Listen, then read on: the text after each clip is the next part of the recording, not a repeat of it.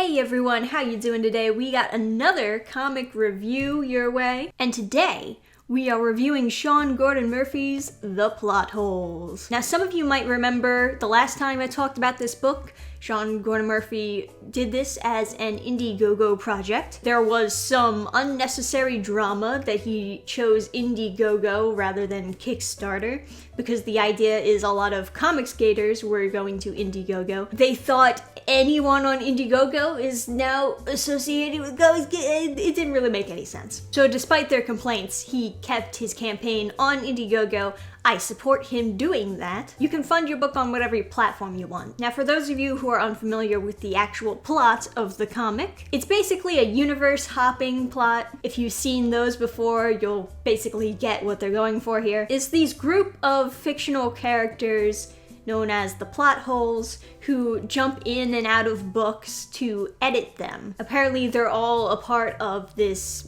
editing software, so they're in a computer doing the editing. Change the plot by either removing characters by killing them, removing items, or removing plot devices that don't belong in there. And then when they're done, they hop out of the book and they publish it.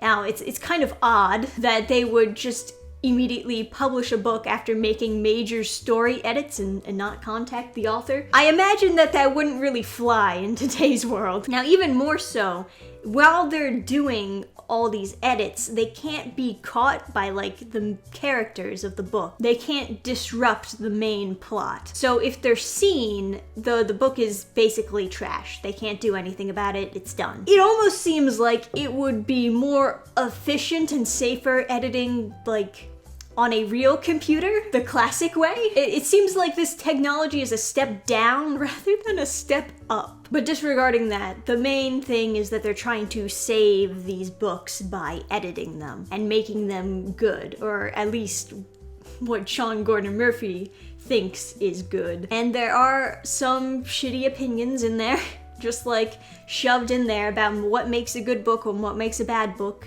that I'm sure many people will disagree with.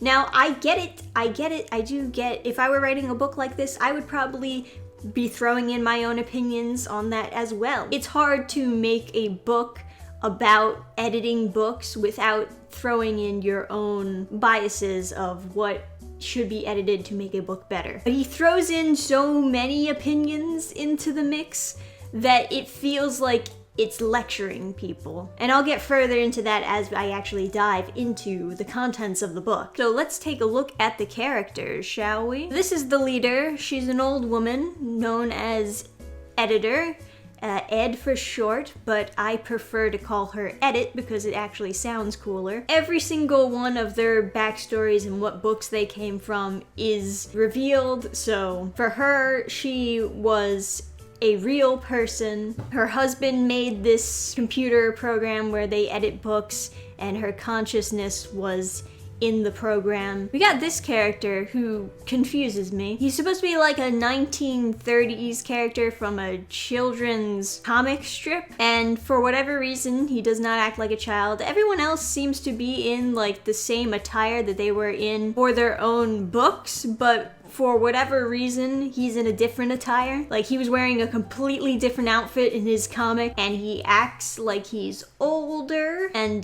his big thing is that he's politically incorrect. Now, you might think, oh, that sounds really funny. That sounds like a funny side thing. But every single time he makes a politically incorrect joke, Sean Gordon Murphy is sure to explain the joke to us and explain that it's racist and bad and people shouldn't make those jokes. So it kind of takes the funny out of it. Apparently, the reason why he's politically incorrect is because the creator was a xenophobe, and all of a sudden she just decided to use this comic strip to voice her hatred, and I don't know how exactly she did that. They don't really explain that far, but apparently, I guess she made this little kid character a xenophobe? I guess she just made the little kid character a bigot?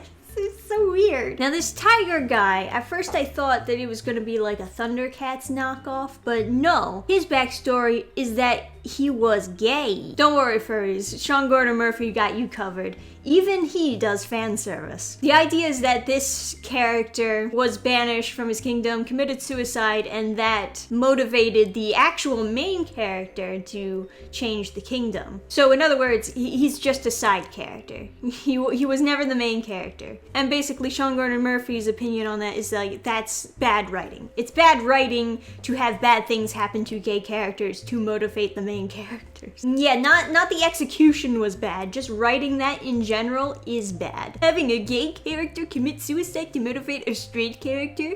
I'm a shitty writer and even I know that's in poor taste. Now here we have another example where Sean Gordon Murphy is talking about this Robin Hood book that needs editing, and part of what makes it so bad is that they added magic elements which were not in the original Robin Hood story. Now I don't know about you guys, but I could totally see a reimagining of Robin Hood with magic added in. And I don't think that would inherently make it bad. There are so many different versions of Robin Hood. If you wanted to add in magic, I'd say go ahead, just make it good. Just write it well. This is part of the reason why I really don't like these takes just being thrown in there. Because the idea is that the plots themselves are bad rather than the execution, which is the exact opposite of what I believe. I believe in creativity and writing whatever the heck story you want. Whether or not it's good has nothing to do with what the story necessarily is, but rather your execution of that story,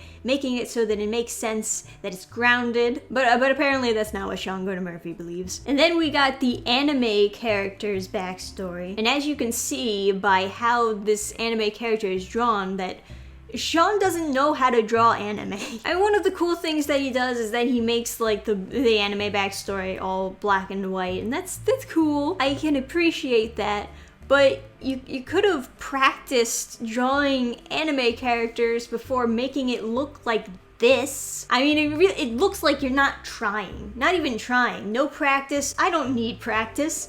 I'm Sean Gordon Murphy. I can draw anime eyes. It looks bad, of course. But his backstory is kind of humorous. It's definitely like over dramatic. And it's one of the only jokes, I guess it's supposed to be a joke. There's no way that he was serious while writing this. But it's the only one of two jokes that actually made me laugh. Then we have this girl. She's a pirate vampire girl. She was a villain in her original book. She's a murderer, you know, but none of that's her fault. She was just written that way. Anyway, moving on. These characters don't really matter. So Edit's the one who brought all these characters together, and now she wants to bring this guy into the team because one of their members is out for the count, per se. Big plot twist, he's the villain. So this character was a comic book writer. His wife died, and I don't know.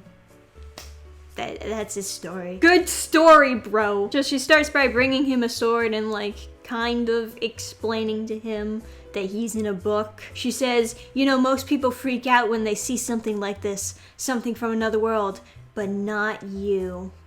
He then continues to have panic attacks throughout the rest of the book. Yeah, you didn't think through that one, did you, Sean? So the big thing is they're fighting this bookworm who's jumping through the books, and they're like, what? They can't do that because only we can do that. Yeah, the villain that you recruited from another book is still a villain. It's super big plot twist. So that's probably one of the most frustrating things about this comic. It's basically just like these characters chasing after this villain who's on a murder spree, but there's no stakes. There's no stakes because the books, they're not real characters being murdered, and they figure out a way to undo it at the end. And basically they're just chasing this guy so that they can have a talk and ask him to not be a villain anymore. And it fucking works. He's like, yeah, okay, I'll stop being a villain. And then the end. What a waste of my time. Now, part of the plot is the main character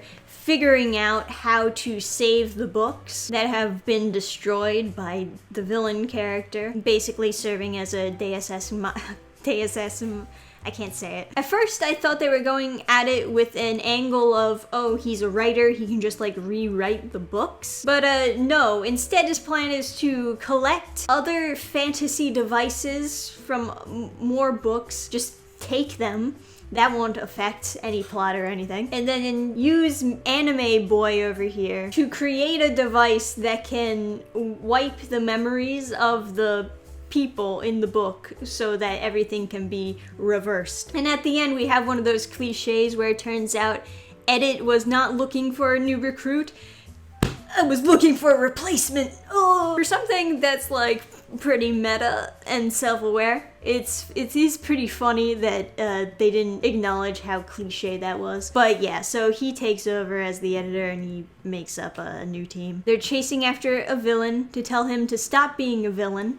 It works. And then there's a bunch of shitty hot takes in there where he just gives his own opinion on what's good writing and what's bad writing. Oh yeah, if you write villains to be villains, you're a bad writer, apparently. You should always redeem villains. That's what I'm supposed to take from this? I mean, look, I get the mentality that, like, books should have happy endings. To some extent, I agree with that. To some extent. But I do also think that some books, when they have sad endings, sometimes it works. And there are also like books that serve as cautionary tales. But he presents these opinions as though they're objective. It's like, yes, editors agree with me that bad plots are just bad and you can't write them to be good. You just have to change the plot. And then the side lecture that you take from this book is that heroes are flawed and all villains deserve second chances. All villains deserve to be heroes. And I'm just not into it. Overall, I think the story is boring because there's really no stakes. I mean, like I said, they're all just fictional characters. All of the books that they destroyed can be undone because now they have a neuralizer, and then later on they get like invisibility shit,